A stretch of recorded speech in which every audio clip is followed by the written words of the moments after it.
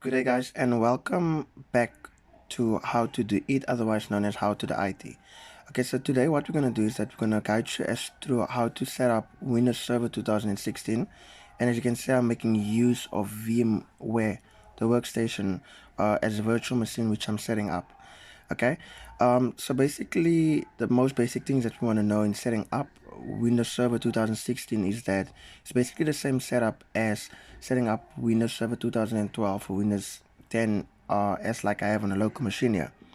So what you first want to off doing, like if you're installing it on a local host machine, that you need to ensure that your starter configuration settings are configured properly, which is your legacy setting or your UEFI setting, depending on which one you use. And also, you need to take in mind the setup on the boot files, whether you have it on a CD or on a flash drive, whichever bootable media which you're making use from. Okay, so let's start off. I'm going to power up my working station. So basically this is the guide through, and seeing that I use VMware, obviously I had to select which bootable media I wanna install from. Okay, so let's just give it some time to load.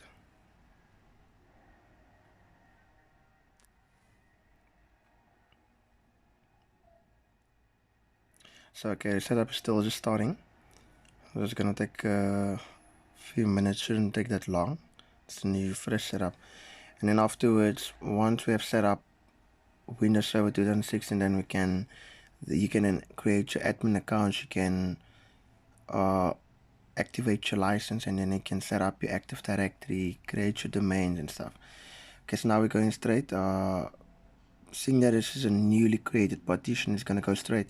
But if you have your drives, or in the case where you have to restore or do a rebuild, what you're then gonna do is that you're gonna install it on the partition that you want to install it, and you're gonna delete the partition and leave that as unallocated space.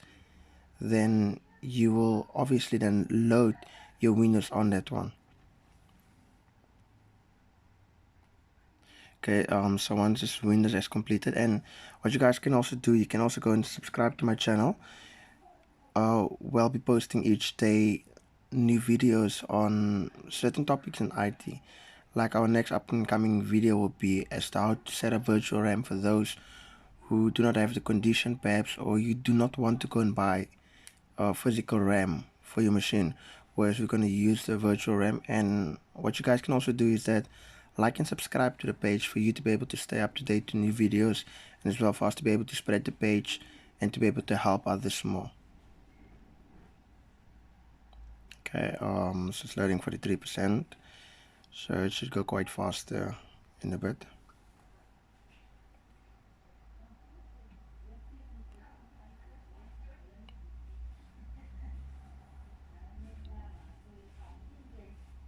It's always quite fun to work in IT, and the most interesting thing is that you you get to stay up to date with latest technology and things like that. So even if you're not an IT genius, or you're not an IT as well, like you're just visiting and checking out the videos, this is a good opportunity for you as well to learn how to do certain things. Maybe you want to one day change your career, or you just want to have that basic knowledge, but this is a bit more intermediate and advanced knowledge that you're gaining from this channel of ours. Okay, so we're still getting some files ready. So this is the background process of Windows, where it's loading your boot media files on the actual drive itself. So, and how it works with VMware as well, or whichever virtual box or virtual player which you'll be using, for example, Hyper-V or VirtualBox. What you need to do is that obviously when you set up for the first time a virtual machine, you need to create your own virtual hard disk, and you need to assign the RAM and things to it.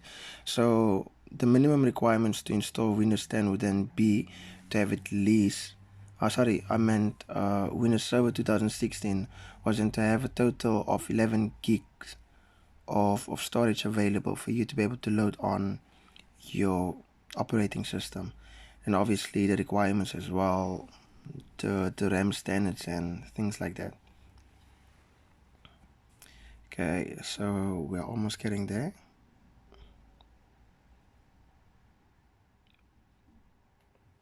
So then once you got Windows set up, you obviously then need to go into the configuration within the operating system itself, where you need to install drivers, which is necessary for the server then, or the machine, to function properly, which would be your graphics drivers, especially for you to have a clear view and have the best, to get the best out of it.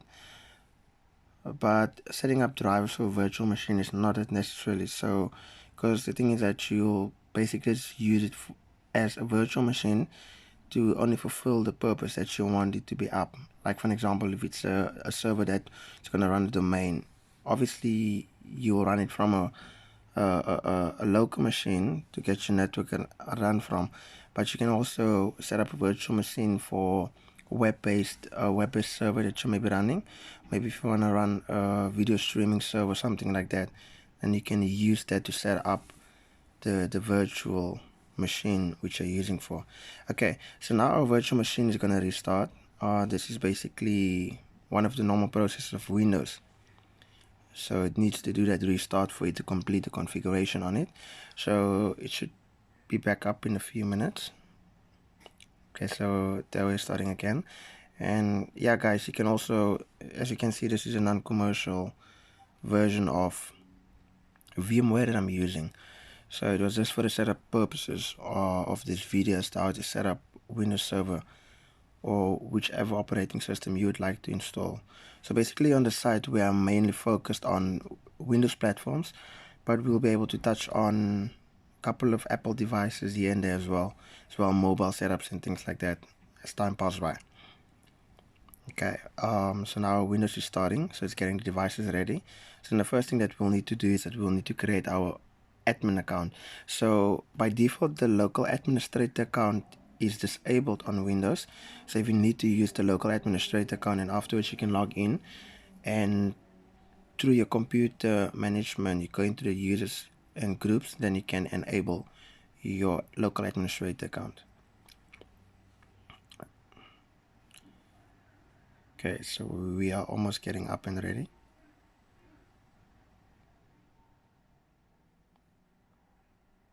And yeah, I'll say it again, guys, if you do want us to post anything, perhaps a certain method that you're a bit unfamiliar with, if it's with the setup of applications on a machine, if it's setting up any other issue, we can just bypass this error as it doesn't pick up that certain path here within this instance of the setup. Okay, so then basically what happens as a normal configuration within Windows Server that normally a server manager would appear. This is much easier for you to be able to manage the server, where you can add your roles and your features.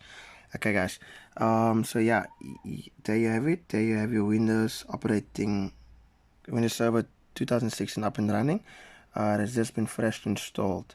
So this is the dashboard where you'll be managing your server from. So here as well you can create your stuff, but in the most easiest way is then to work through the normal Windows setup, and this is a similar interface as Windows 10. So then you would go into computer management, as which I was referring to. You go to the local users and groups that will be creating or enabling your local administrator account, which is in this instance it's already enabled, but this was the local admin account which I prior created. Let's just fix that naming convention there quickly. Not at me. It's supposed to be admin. Okay, there we fixed it. Yeah, and then obviously you'll check your drivers which needs to be installed, which is basically not that important, this driver, as you can see, because this is already all like basic drivers that you can just use to keep your VM running.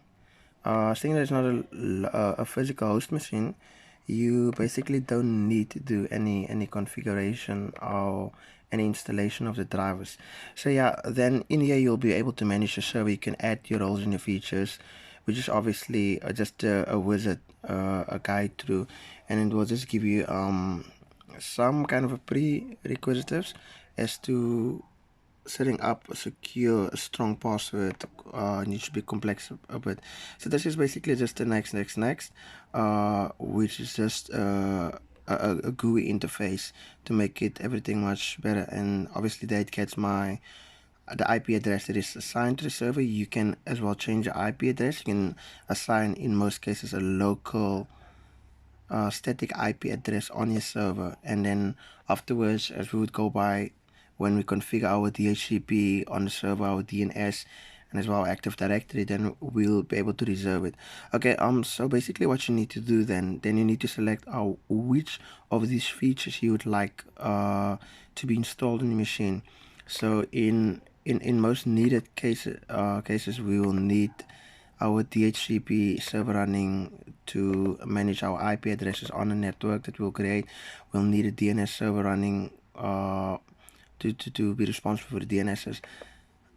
Then what we will do is that we want these Active Directory services to run, mainly the domain services, your users and groups and things like that, as well for the right management, for you to be able to configure proper rights.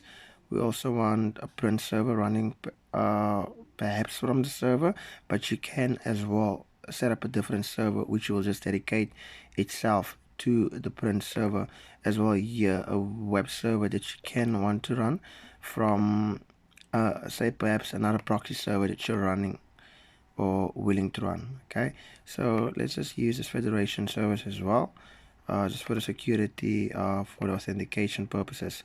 Okay, so here, what of these additional features would you like? So we can a bit come back at a later stage and look at all of these features that you would want to be set up for your server.